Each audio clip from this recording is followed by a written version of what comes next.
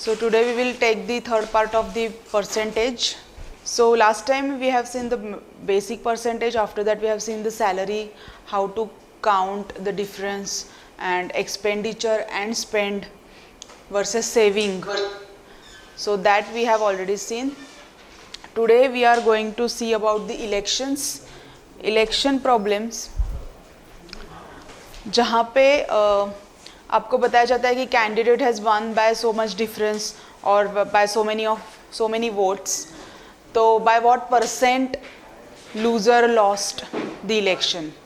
So those kind of questions will come in the election type of problems in percentage chapter.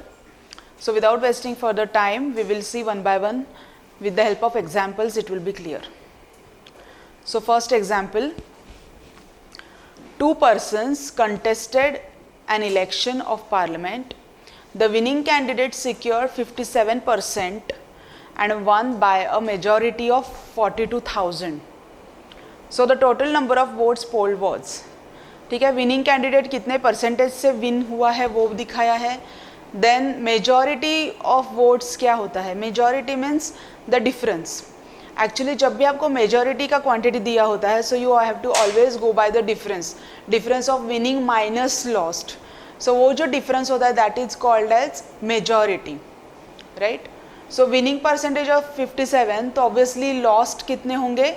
100 minus 57, that is 43%, right. So he lost, मतलब जो loose किया है जिसने election में, he has lost by 43%. Majority is always the difference between winning minus lost votes. So 57 minus 43 is 14% is the majority of votes, we can say, right. So 14% of what is 42,000 will be our sentence, ठीक है. सो जब भी majority को लेके कुछ number दिया होता है, that majority you have to take as the difference between win minus loss. One by how much percentage minus lost by how many percentage, उसका जो डिफरेंस होता है that percentage is called as a majority. That majority once we get, that means the winning candidate has won by 14% of majority votes.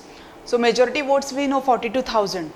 So 42,000 is what? 14% of total votes.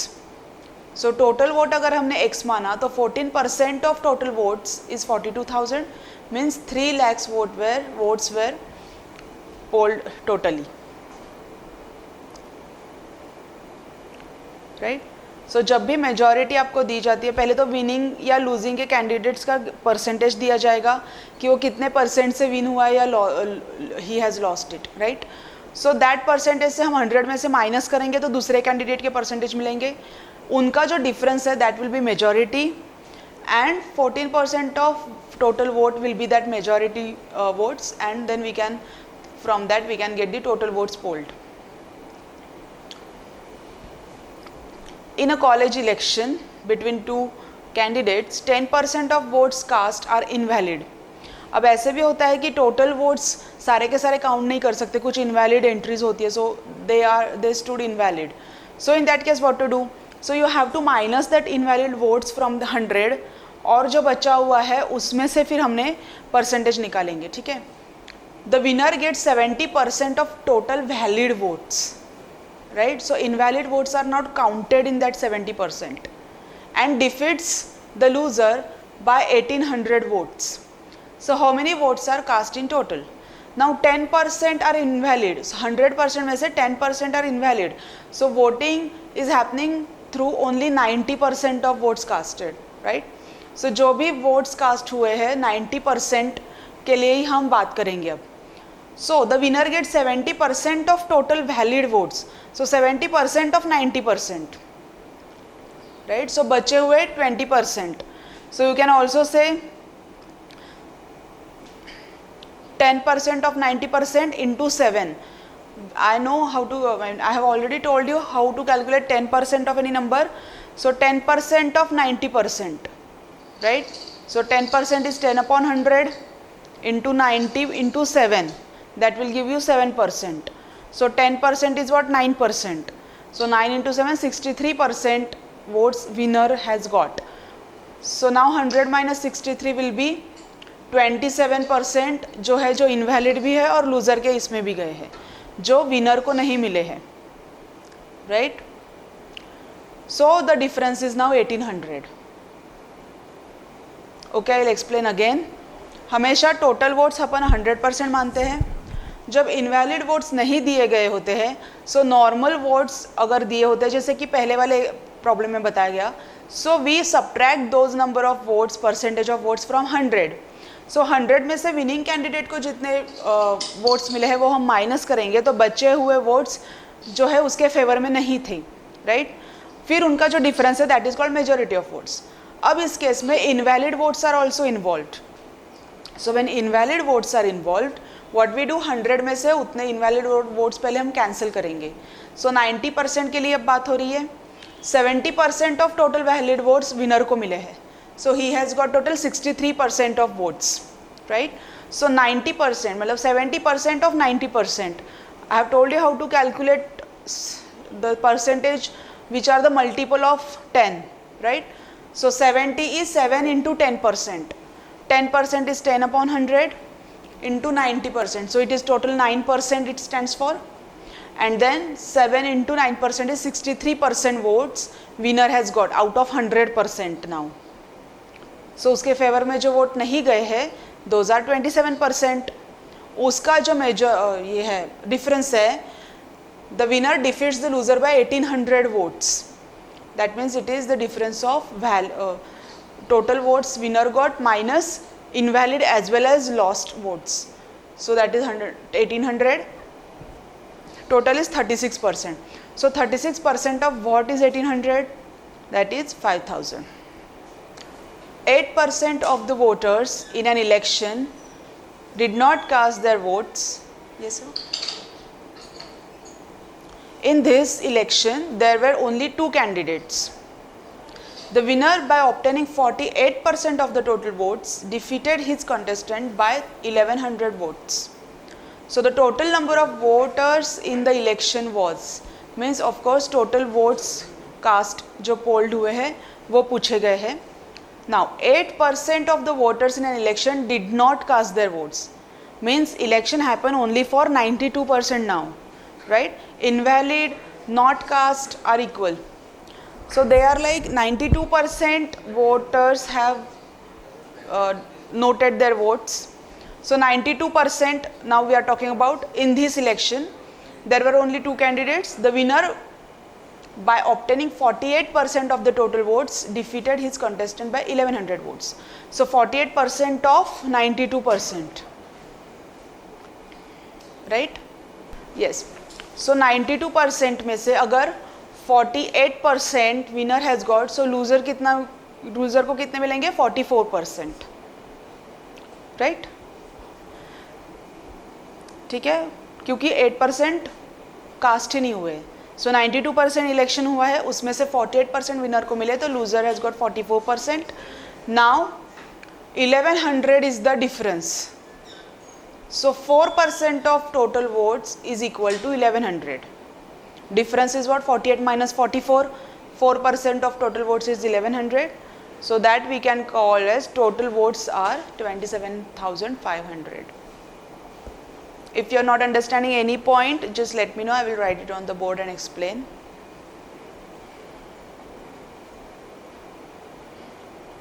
तो election में हमें करना कुछ नहीं है, winner को कितने मिले हैं उससे हमें लूजर ने कितने निकाले हैं वो देखना है. पहले तो हम मेजॉरिटी या डिफरेंस जो होता है, यस,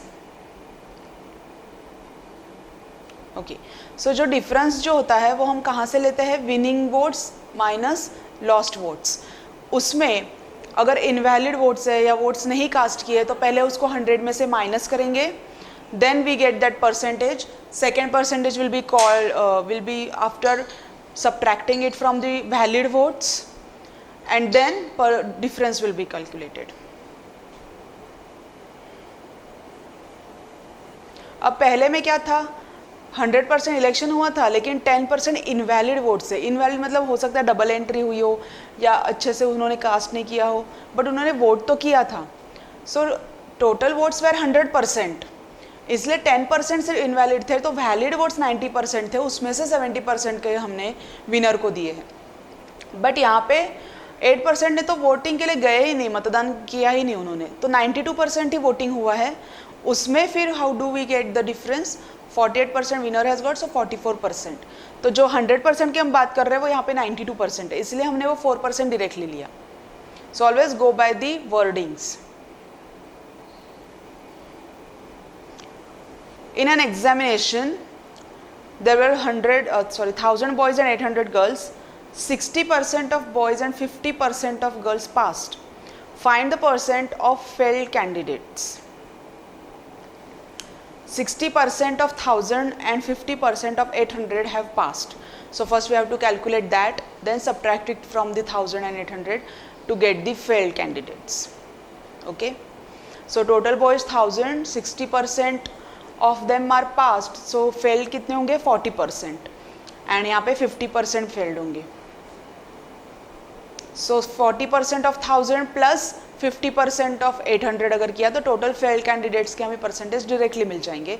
या तो अगर आपको ये नहीं सूझा तो 60% ऑफ 1,000 लो, 50% ऑफ 800 लो, वो होंगे पास्ट, राइट. उसको फिर 1,800 से माइनस कर लो, you will get the failed candidates number. फिर आपको उसका परसेंटेज लेना पड़ेगा, kind of things. So because we are asked to find the percent of the failed candidates. Now we have got 800 as the number of failed candidates. Okay, 40% of 1,000 is what? 400, and 50% of 800 is also 400. So 400 plus 400, 800 have failed. This is the number of failed candidates. Total कितने students थे? 1,000 plus 800, 1,800, right? So 800 में boys भी है, girls भी है, so total number of candidates are 1,800. So we have to find the percentage. So what percentage of 1,800 is 800? Right? Accordingly we have to find the percentage. You can go both ways. पहले आप past के निकालो, उसको minus करो total में से, then उसका percentage निकालो, या तो failed का percentage निकालो and उसको past में से total में से percentage निकालो. So both ways you can carry out this.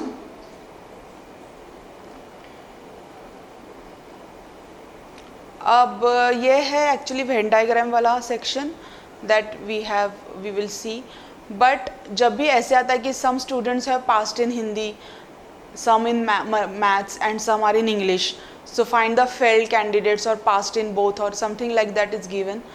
So generally किया क्या जाता है, total number of students is always equal to students passed in each subject plus failed in each subject minus passed in each subject.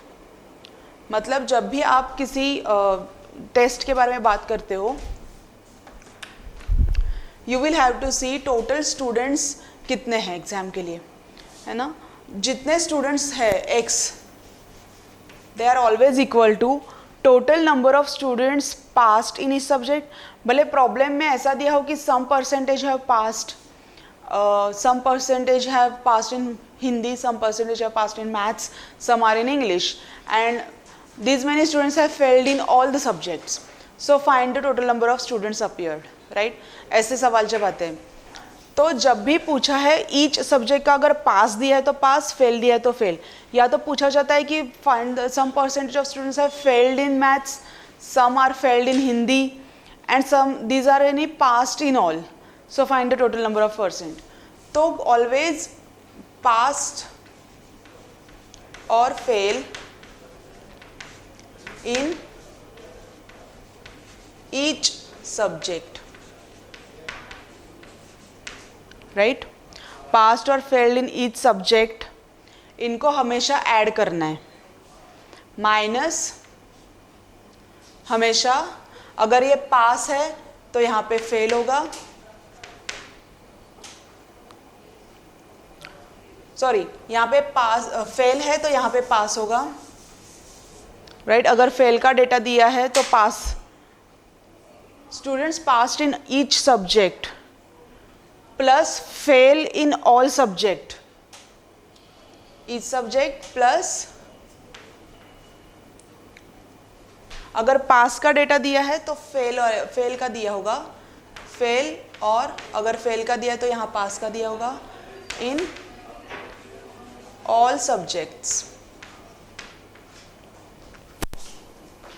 Pass in each subject plus fail in all subject minus pass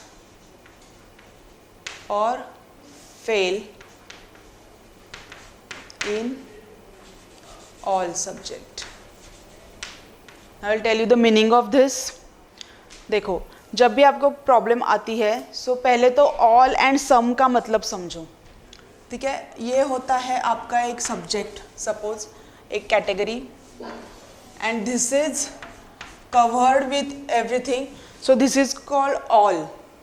all के लिए ये है, इसको हम बोलेंगे all, right. अगर दो ऐसे हैं so these are called sum. So students passed in each subject, उसके परसेंटेज दिया होगा, students passed in each subject plus fail in all subject, ये each है, ये all है, okay, plus fail in all subject minus pass in all subject. अगर यहाँ पास है तो यहाँ भी पास होगा, अगर यहाँ फेल है तो यहाँ पे भी फेल होगा. So same thing I have written, students passed in each subject plus failed in all subject minus passed in all subject. यहाँ पे भी all है, ठीक है. So जो हमने ऊपर जो लिखा है, it's an intersection. So A universe B, मतलब A और B को मिला के is equal to number of A plus number of B minus A and B का intersection. So each circle is named as A and B, then number of students overall A universe B, मतलब उनको मिला के जितने हैं, so number of A plus B हम total add करेंगे, minus intersection वाले minus करेंगे, then only we can get the A and B individual numbers, right? Because intersection are getting repeated. So we'll see these kind of problems with the help of word problems, which you will understand in a better way. In an examination, 70% students passed in English, 80% passed in maths, and 10% failed in both. If 144 students passed in both, find the total number of candidates. Now if we go by our formula, pass से शुरू हुआ है तो each subject के हम पहले add करेंगे 70 plus 80. फिर आता है fail plus failed in all. So failed in both कितना है 10, उसको प्लस करेंगे, and minus passed in all, 144 students passed in both. So now our formula will look like this, right? 100% of course total number of students we have considered, 70% passed in English plus 80% passed in maths minus what is asked, find the total number of candidates. So we don't know how many students have passed in all. We know failed in both. Passed in both में for 144 we know the number and plus 10%. So x is called 60%. That means 60% is passed in both, which is 144. So 60% of what is 144? That you can get from here. So total number of students are 240. 70 plus 80 plus 10 minus 144. ऐसा actually होगा अपना ये, but we don't know total number of students.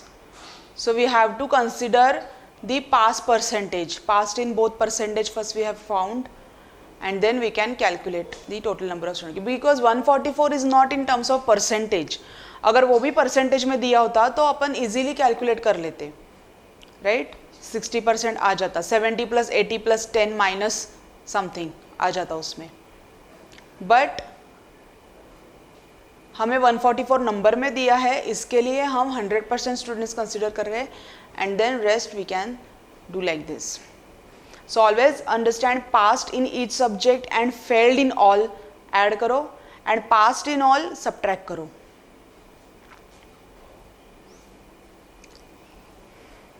In an examination there are 3 subjects. Student score 60% in first, 80% in second and 70% overall aggregate. His percent of marks in third subject will be. Now there are 3 subjects of 100 marks each. Student scores 60% in first subject. 100 mark के 3 subject है, मतलब 300 mark की exam है. 80% in second, 60% of 100 is 60, 80% of 100 is 80. So first subject he got 60, second subject he got 80 and 70% is then aggregate. How do you calculate aggregate? Total marks upon number, right? So 60% plus 80% plus x percent in third subject is equal to 70% of 300. This is how I have calculated. So x is equal to 70. Aggregate 70% है, मतलब उसको exam में 70% मिले. Exam is out of 300 marks. So 70% of 300 is the aggregate I have calculated.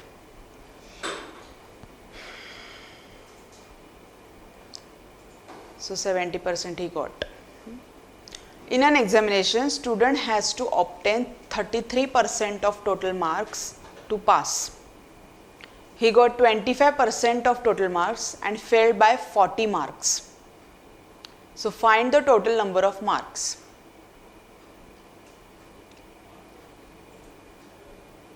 So if we consider total marks as passing percentage 33%, तो total mark अगर हम 100 मानेंगे तो 33 मार्क्स उसको मिलने चाहिए, जबकि उसको 25 मिले, फिर भी वो 40 मार्क्स से फेल हो गया. So 25 plus 40 we can see the passing marks. But also there is some another requirement, find the total number of marks. We don't know total number of marks. So secured are 25% and failed. Difference कितना है? He got 25%, but उसको चाहिए कितना था? 33%. अगर वो 33% पे पहुंच जाता तो वो पास हो जाता. सो डिफरेंस क्या? 8%. जो हमने इलेक्शन में देखा था difference, the same thing we have with that logic applied.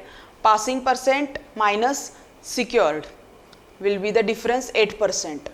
And he is failed by 40 marks, मतलब 8% is equivalent to 40 marks, right? So 8% of what is 40. ठीक है, तो what we got 33% passing marks है, he got 25% marks, so he short of 8% and that 8% is equivalent to 40 marks. So 8% of what is 40? Total marks.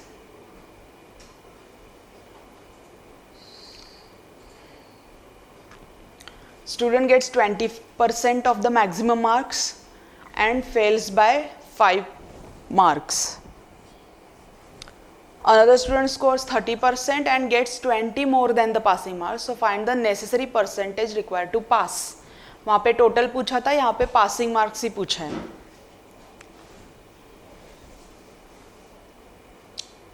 So 20% and 30%.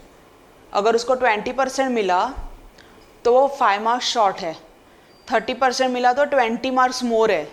So difference क्या दोनों का? 25 marks, right?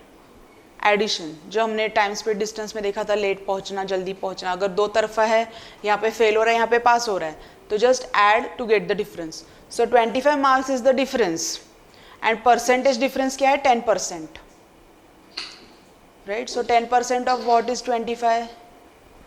That will be your answer. So total marks we got 250.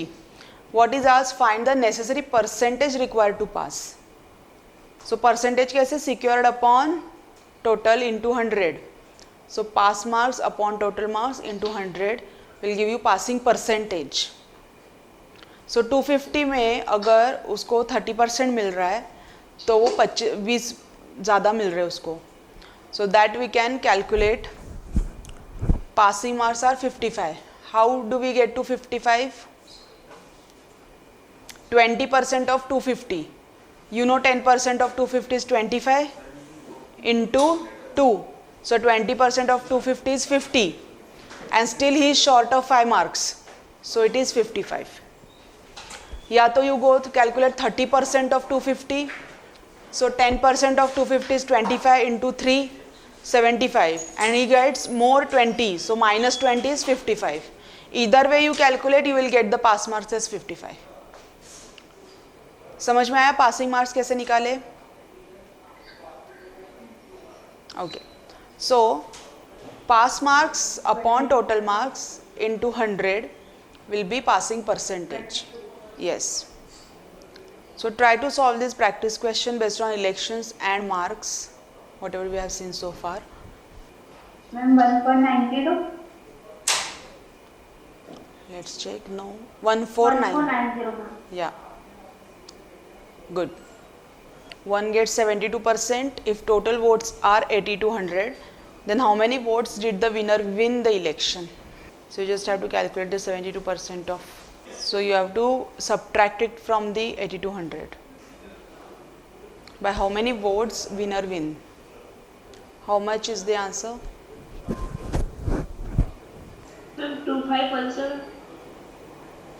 No. 72% कितना आया? Total votes 80 to 100 है, तो 72% of 80 to 100 कितना आया?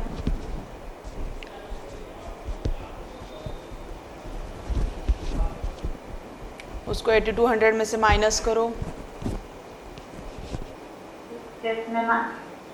Okay, then first candidate got 40%, second got 36%, total votes 36,000. So third candidate को कितने वोट मिले? So percentage we will come to know. 40 plus 36 को 100 में से माइनस करो तो the percentage third candidate got you will come to know, and this percentage of 3600 you will calculate. 36,000. A वाला. Yes, correct. Very good. Now, candidate got 55% of total votes. 2% are declared invalid. Total number of voters are 1,04,000. Then the number of valid votes polled in favor of the candidate is. Ma'am, C वाला 56056. Yes, correct. Very good. 2% of votes are invalid. So 98% के लिए हम देखेंगे, एक को 55 मिला तो बचा हुआ 98 minus 55, which is 43. 43. So 43% for loser. Total number of voters are 1,04,000. So उनका जो difference है, number of valid votes polled in favor of the candidate. So we need to find the number of votes accordingly. Then candidate must secure 40% to pass. Candidate gets 220 marks and fails by 20 marks. So what are the maximum marks of examination? यहाँ पे तो easy है. 40% marks to पास, और passing marks क्या है? 220 मिलता है, फिर भी वो 20 मार्क्स शॉर्ट हो जाता है, मतलब 240 is the passing marks which is 40%. Correct, very good. And the last, in an examination 65% students passed in maths, 48 passed in physics, 30% passed in both. So how many students failed in both? तो मैंने जो formula बताया था, pass plus fail in all minus pass in all.